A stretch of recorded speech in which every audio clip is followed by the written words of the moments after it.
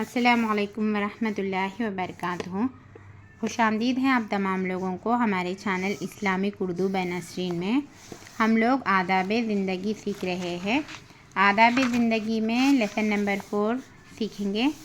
3 lesson سیکھ چکے، اب ہم 4واں لیسن سیکھیں گے، کھانے پینے کے آداب۔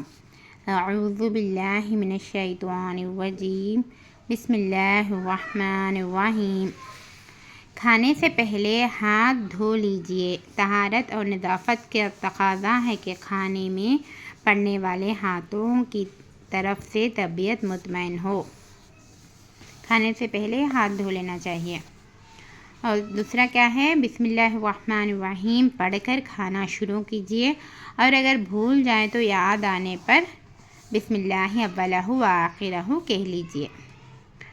یاد رکھیے، جس کھانے پر خدا کا نام نہیں لیا جاتا اس کو شیطان اپنے لیے جائز کر لیتا، اس لیے کھانا کھاتے جب ضرور بسم اللہ کہنا۔ اگر بھول جائے تو بھی اس دعا کو پڑھنا، بسم اللہ اولہ و آخرہ، اول اور آخر اللہ تعالیٰ کا نام بول کر بھول جانے پر اس دعا کو پڑھنا۔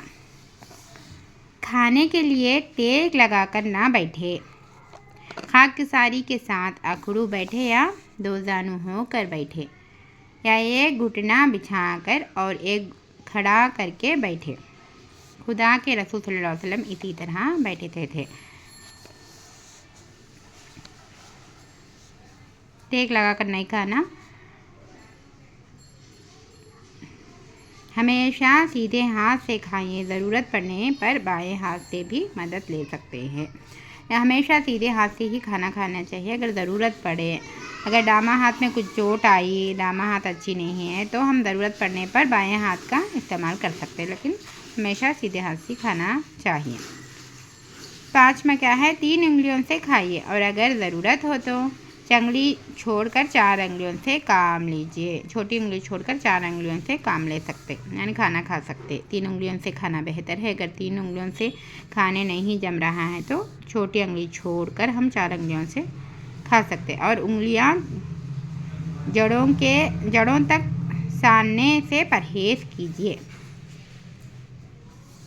اور 6 والا کیا ہے، نوالا نہ زیادہ بڑا لیجیے اور نہ زیادہ چھوٹا، اور ایک نوالا نگلنے کے بعد ہی دوسرا نوالا منہ میں دیجیے۔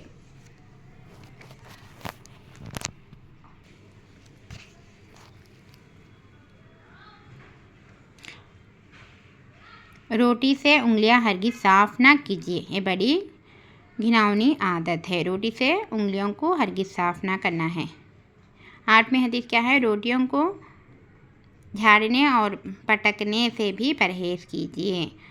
9ویں والی کیا ہے، پلیٹ میں اپنی طرف کے کنارے سے کھانا ہے، نہ بیچ میں ہاتھ ڈالیے اور نہ دوسروں کی طرف سے کھائیے۔